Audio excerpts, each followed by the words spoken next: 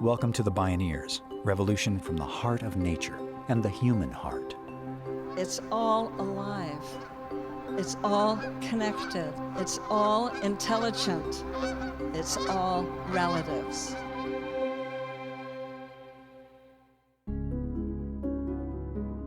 Indigenous women go missing 3 times in life, in the media, and in the data. And so that invisibility of who we are and what we're going through, it contributes to the lack of attention paid to us when we go missing or we are murdered. But now we've seen women standing up and rising up and saying, no more. We're not going to be the silent role. We have to have a voice. We have to have our own grassroots organizations and take a stand and maybe help pick up our men that lost their warrior status when the industries came and when colonization came, because we don't have a choice. In this program, powerful Native women leaders first reveal the crisis of missing and murdered Indigenous women, and then describe how they're taking action and building growing movements, including with non-Native allies. Star Gali, Ozawa Bineshi Albert, Simone Senogles, Kandi White, and Casey Camp Horinek. This is No More Stolen Sisters, Stopping the Abuse and Murder of Native Women and Girls. I'm Neil Harvey. I'll be your host. Welcome to the Bioneers, revolution from the heart of nature.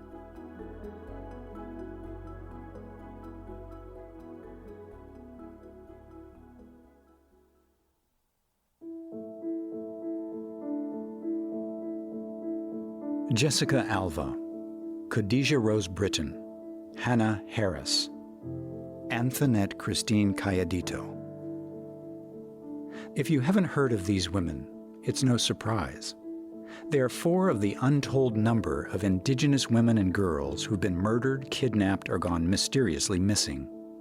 A significant number of victims are from communities that are subjected to the harmful presence of fossil fuel and mining companies. The extractive industry is ravaging Native nations where oil and blood have long run together. Oil workers, mostly men, live in housing units commonly called man camps. They're notoriously dangerous places for Indigenous women and girls.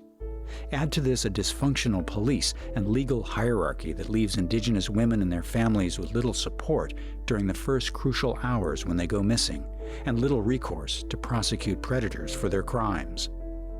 As Lisa Brunner, a member of the White Earth Ojibwe Nation and a longtime victims advocate, says, what's happened through U.S. federal law and policy is they created lands of impunity where this is like a playground for serial rapists, batterers, and killers, and our children aren't protected at all.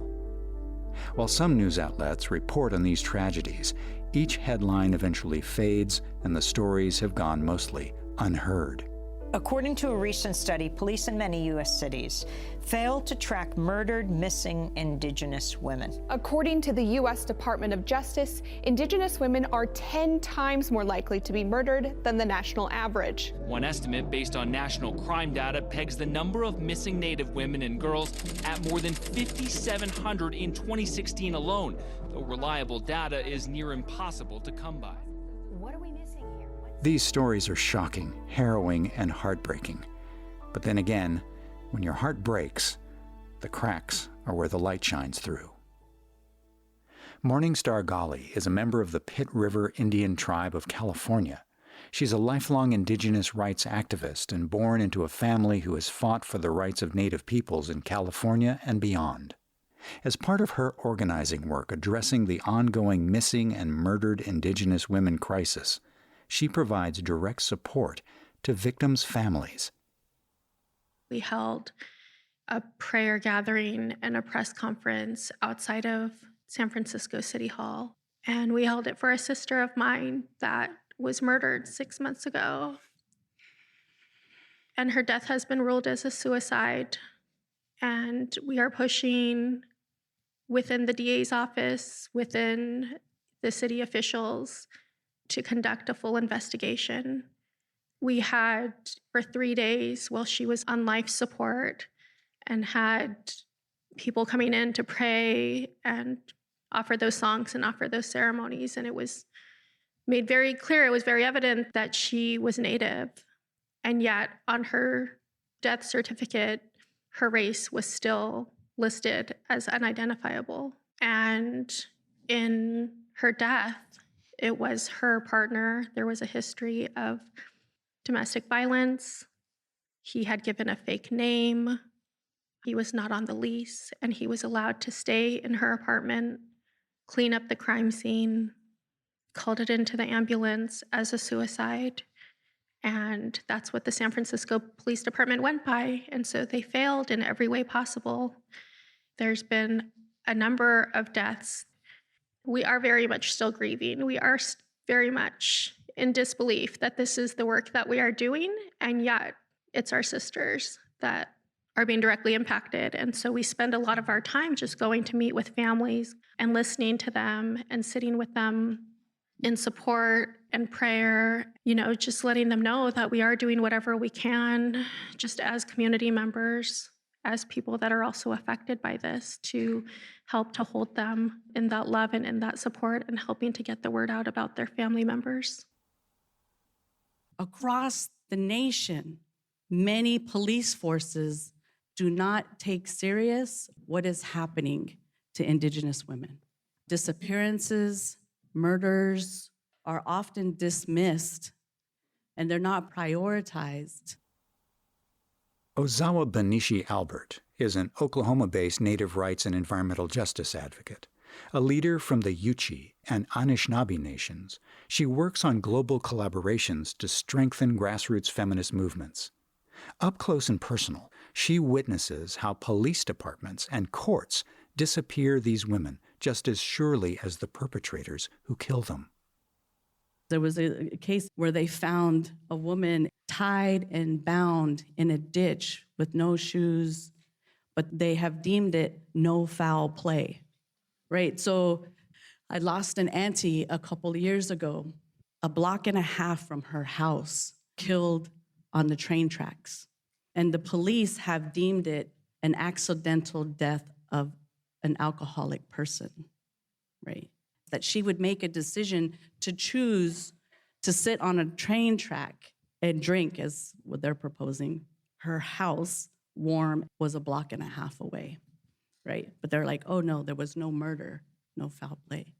So there's also this policy of practice that's part of that culture of saying, like, women are lesser than, and Indigenous women are even lesser than that.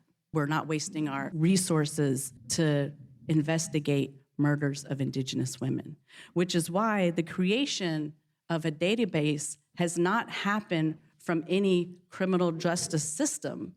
It's happened from Indigenous communities saying, we need to create a database because police forces, FBI, they're not doing it.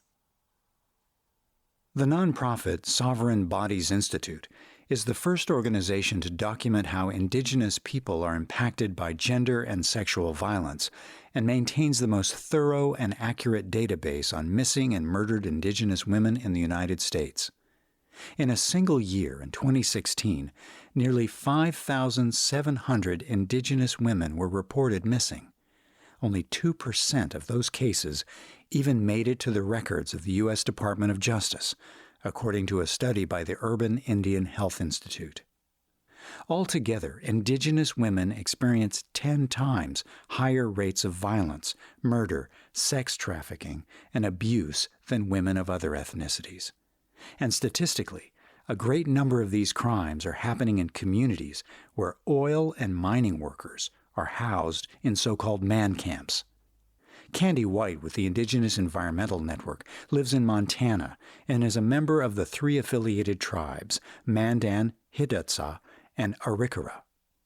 Living in her ancestral homeland, Kandi has witnessed firsthand how blood and oil mix with misogyny and racism, and there's little, if any, protection from the law.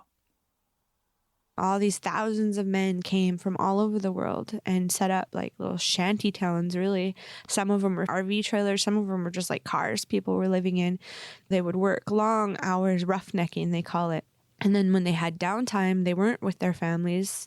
So they would either go to the bars, they would start using or abusing drugs. All of that led to our community having a 168% increase in the violence against women. We started seeing women being raped. We started seeing women as young as 13, maybe even 12, selling themselves. They would go into man camps willingly, and then they would get raped, and there would be nowhere to turn to for them. There was just story after story after story of sex trafficking. People tried to kidnap our children and put them into the sex trade. Fracking fractured our communities. It divided us. Like, it's not the same. Whenever I go home, it's like all these strangers are everywhere, and there's a bunch of them unemployed now because the price of oil went down, and so they're waiting for the oil boom to go again. And people that have money either are fighting with those that don't have it, or they left because they can afford to leave. And a lot of broken families were left behind. And so women are left trying to pick up the pieces. Another serious obstacle for women and families seeking justice is that tribal courts are highly constrained in their ability to prosecute crimes committed by non-tribal citizens on their lands, because of complex jurisdictional restrictions that disempower tribal governance and sovereignty. Again, Ozawa Bineshi Albert. This is a policy that is applied to Indian people, but is a policy of the nation of American citizens. It's going to take a political will larger than what Indian people can hold their own. We have other really good policies, but have failed Indigenous nations, right? So the Violence Against Women Act. The last time it was reauthorized was the very first time they included language for tribal nations to be able to prosecute someone for domestic violence, which was a huge gain for Indigenous peoples. 239 Indigenous nations of Alaska were excluded from being able to have that same power to prosecute someone non-native in their tribal lands. In 2013, when Congress reauthorized the Violence Against Women Act, or VAWA, it restored the authority of tribal courts to prosecute domestic violence crimes. But this hard-won legal authority still doesn't apply to all Native nations or to all violent crimes, including rape or murder. Another catch is the onerous burden of criteria that Indigenous courts and law enforcement bodies are required to meet to try these cases. Many tribes simply don't have the necessary resources, even with federal grants. Since VAWA was amended, just 24 out of 600 federally recognized tribes have been able to build the infrastructure required to try domestic violence cases. As a result, some Indigenous women don't even bother to report the crimes. The ones who do report them often find their cases passed along to the FBI, where they languish. Casey Camp Horinek is a respected elder and leader of the Ponca tribe of Oklahoma. As a culture bearer, she knows well the hidden history of Native peoples. We had our ways in the past. If there was a kind of man around that was abusive, he was shunned and put away from the people, had to leave the people and live out on his own. The woman was taken in by other women for her healing until she became whole again. We don't know what happened to the men because they weren't allowed to ever be around us again. Now, when we have the extractive industry in our backyard, and when our sisters in South America and up in Alaska have the industry in their backyard, and we're right up there at front lines, we have no recourse for those that are in pain. In Oklahoma, it is the most imprisoned place in the United States. And a good majority of those are Native people or people of color or poor people. And a huge majority of them are Native women who are looking for a way to go forward. And so our statistics have been muffled and mismanaged and deliberately ignored since the doctrine of discovery, since Andrew Jackson as an Indian killer, since the time when the policy was to kill the women and kill the children because that was the policy against Native people. When we return, we hear how these powerful Native American organizers are taking action and building growing movements to end the violence against Indigenous women and girls. They say success requires knowing the true history and engaging the allyship of non-Native people. I'm Neil Harvey. You're listening to No More Stolen Sisters on the Bioneers, Revolution from the Heart of Nature.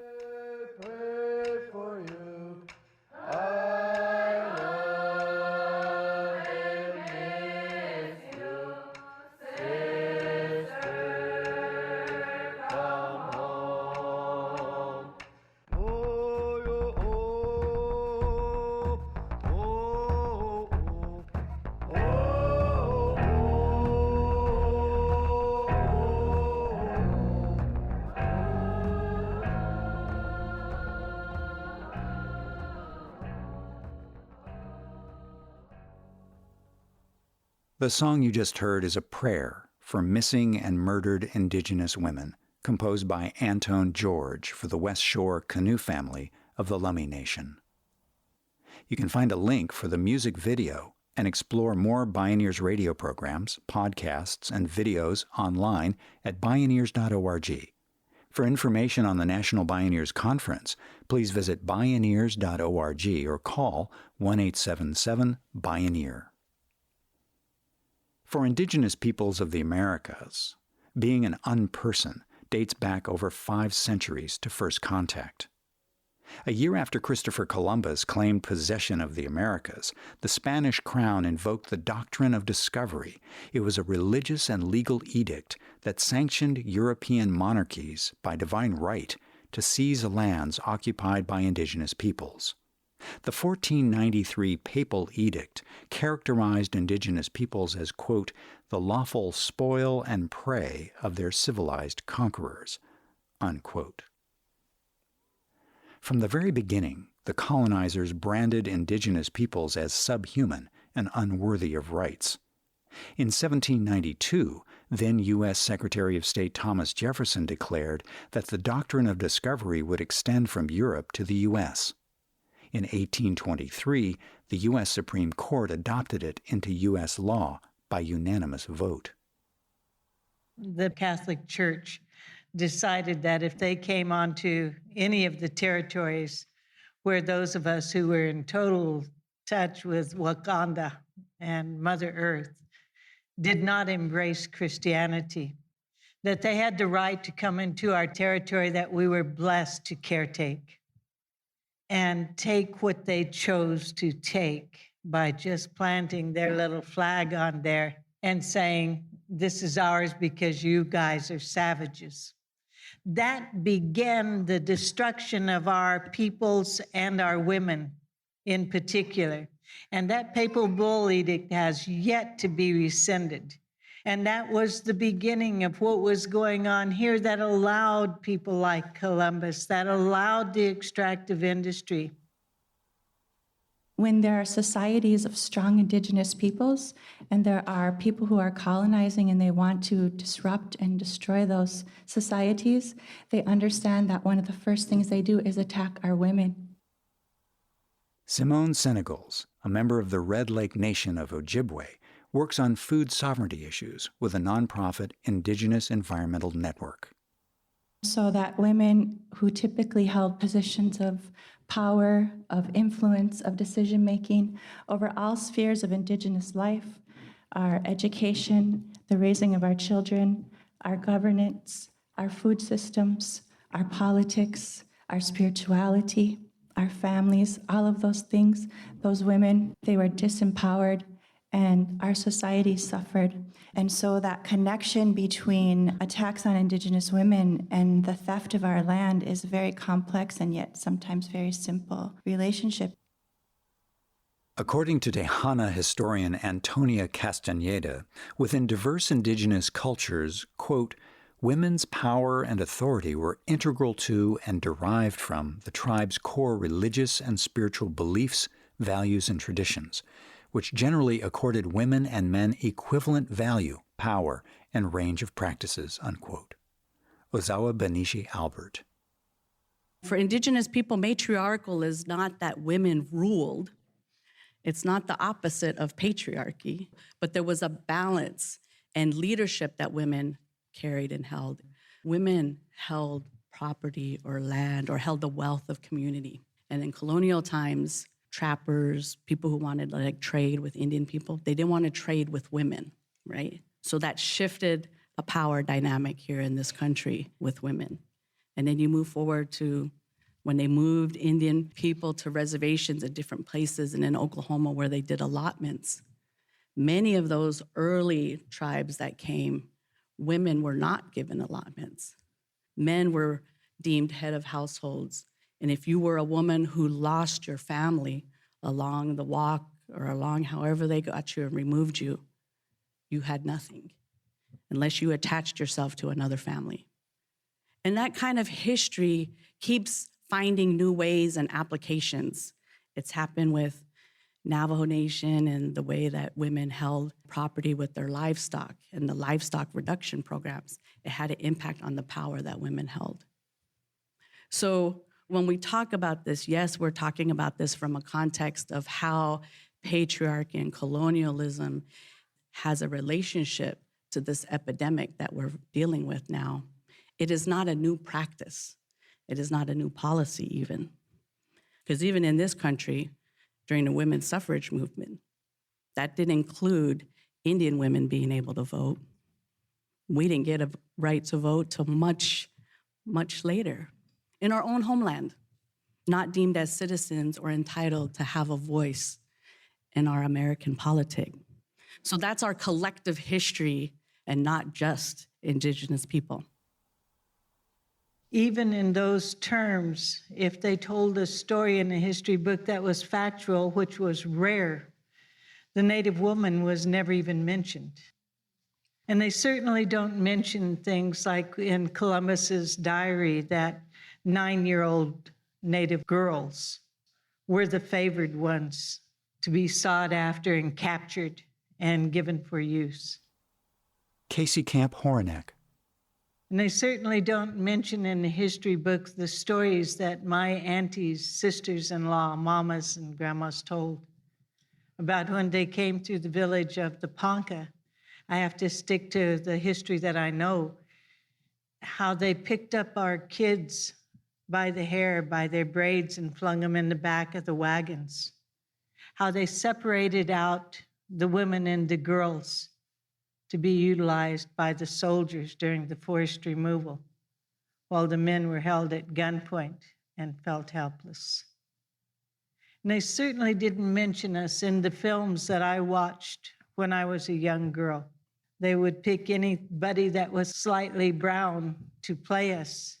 And if there was a woman in that was played, she was always very pretty, very scantily dressed, and very sexualized.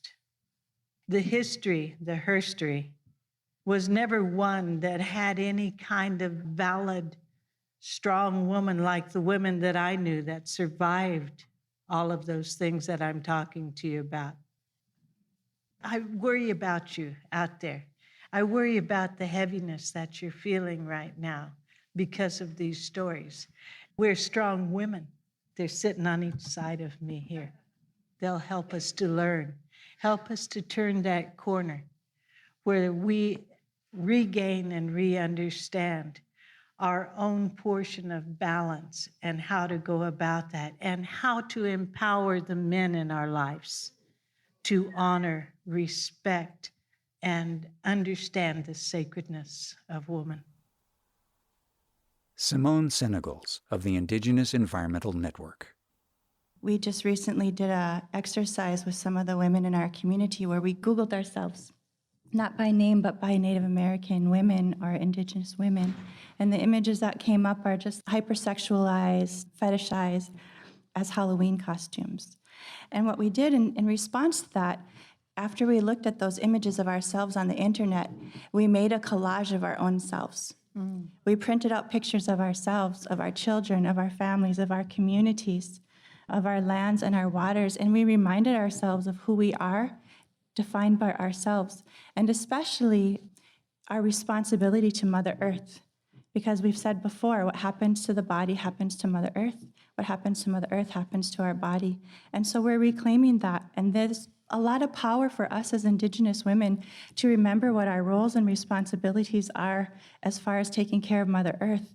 There's a lot of strength in that.